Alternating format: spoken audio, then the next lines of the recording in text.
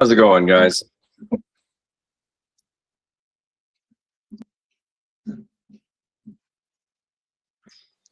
Morning. Good. Very good. Good. Just want to make clear, you guys don't need to be here.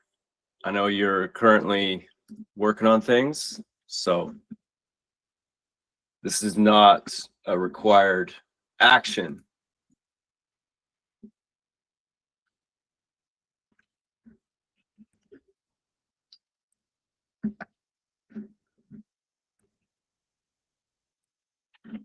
Decent amount of people. What's up, guys?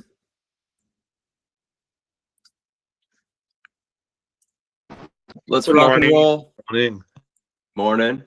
You guys on a job site? You driving?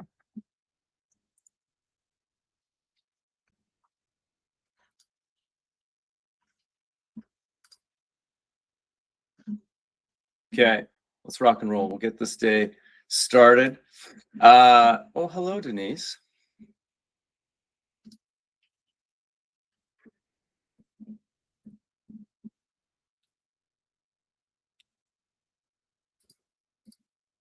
So can everybody see my screen? Yeah. Now, this is the first time we're leading a presentation on Google Meet. This is my testing ground for Google Meet because I think that we should be moving to Google Meet as the platform in which we are doing our meetings to keep things a little bit simpler, one less tool that we need in our toolbox. But thank you guys very much for being here today. And the reason why we're here: grow people, build culture, raise defects. You guys can see all this, right? What do you think about? Yes. You all can see that, right? Did that change your view at all?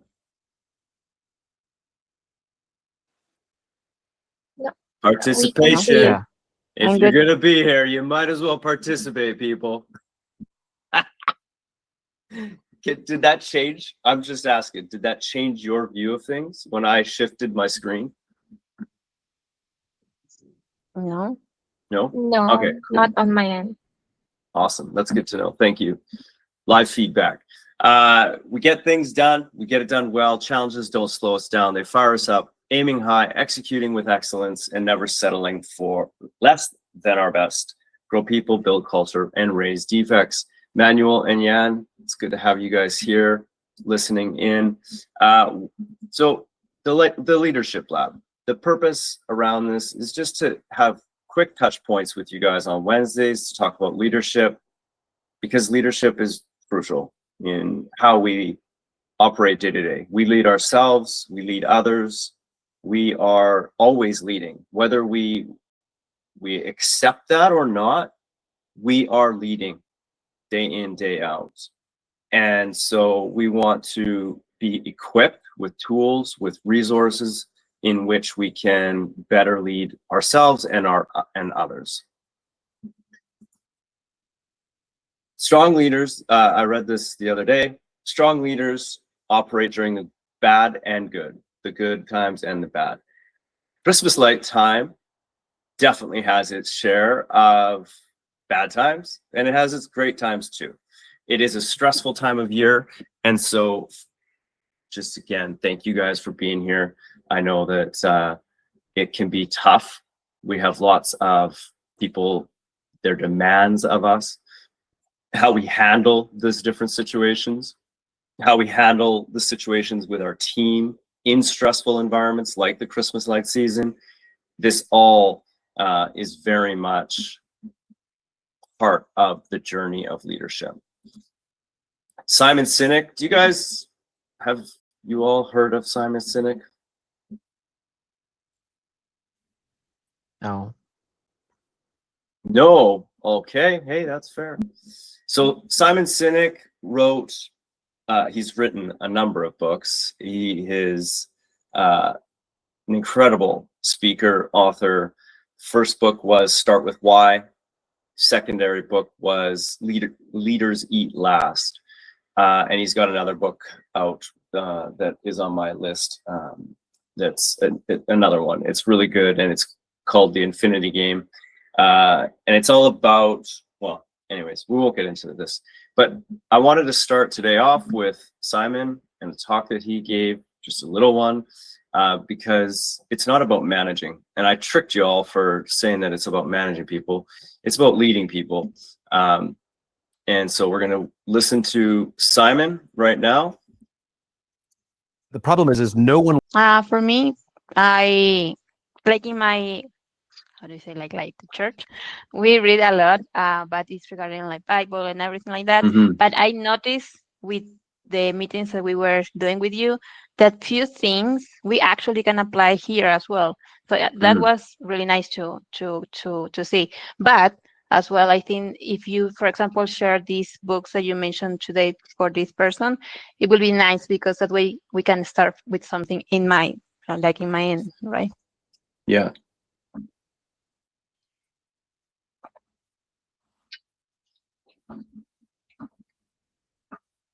We could just start a channel, a little leadership channel, make it Yeah. public, and Yeah. anybody who wants to join can join, and then they can be absorbed or learned, if you will. Yeah, There's because so for many example, lessons. Sorry, go ahead. yeah, sorry. I just want to say that, for example, I sometimes you put something like in general or something like that, but then I want to go back and I can put a tag, but it will be nice to have like just one channel so that way we can go back. For example, in this type of like items like leadership or something like that. Mhm. Absolutely, yeah. Leadership. What I was going to say about the Bible is so many leaderships, so many things are taught in the Bible and others books, right? Like not just book, but the parables is a really great way to teach leadership, to talk about leadership, because stories relate for people. But if you can be a great storyteller, I've struggled with it. I have a friend who's an incredible, his mind absorbs everything, and he can recall things.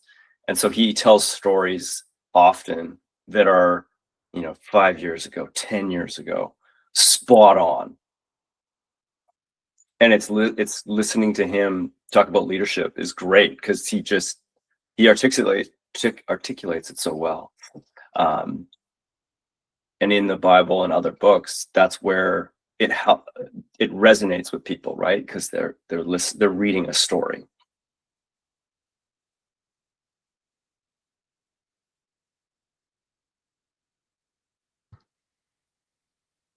Any other people that you guys liked reading? Well, for me, it's not really a book or a certain item that I've read, but a personal experience working with someone before in the call center industry. This is where I've drawn really my leadership and management skills, which I'm trying to really practice on. Is this director that I've worked with before? She was relentless in terms of being able to ensure that we understand the difference between management and leadership. They are two distinct concepts, but they are intertwined together to be able to facilitate a strong operations within the company. So Mm, I've always mentioned this during interviews or onboarding that productivity comes hand in hand with employee advocacy because the people are the building blocks of the company. mm, So the company would not be able to progress without ensuring that the grassroots are stable and well founded on, and that there are sufficient support with the people. Another thing that I would want to share, and I've said this as well before, Ryan, is that taking accountability in terms of owning up to your mistakes and you do not mhm, project that to someone else.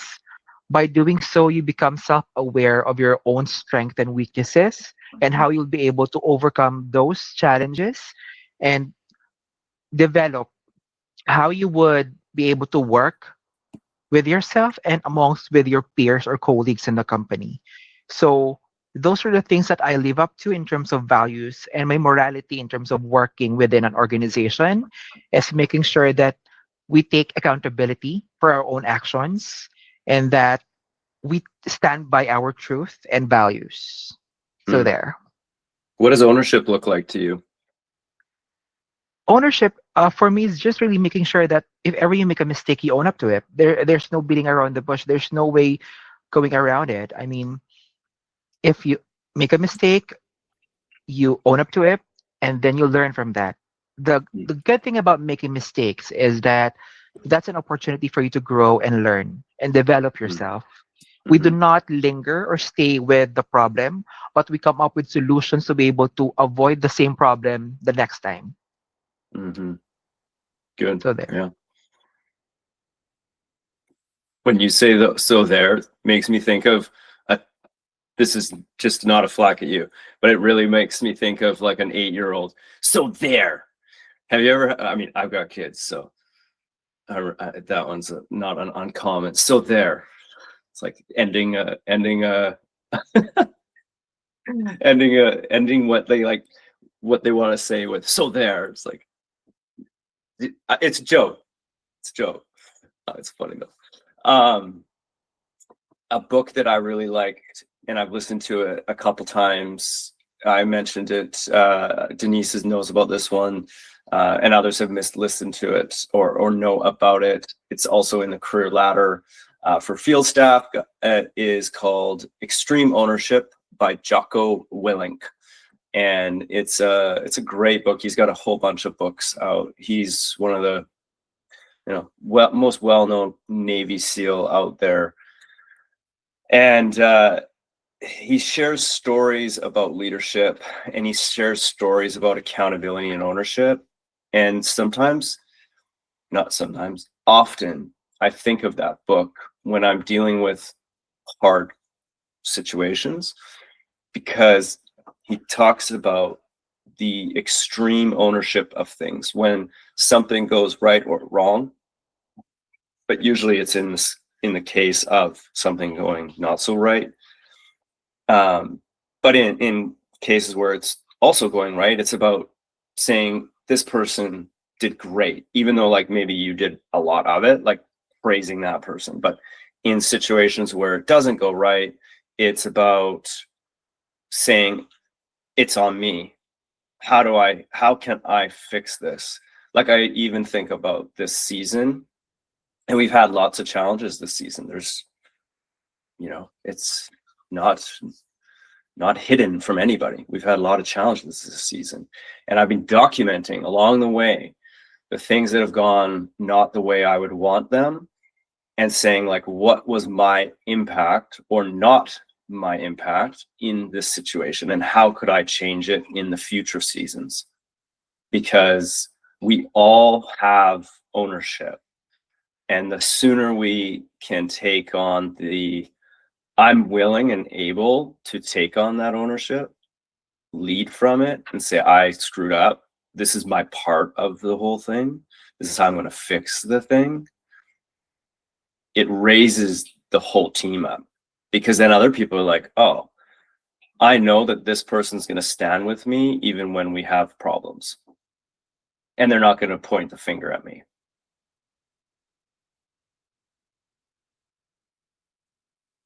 So we are 4 minutes over.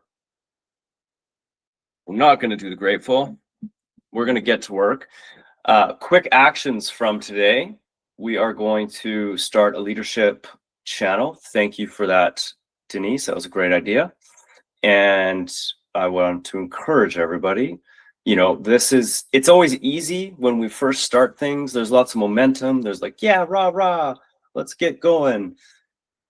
A month from now, 6 months from now, this is when the reps come into play. Like, keep that momentum always, even when it's not so new and shiny object.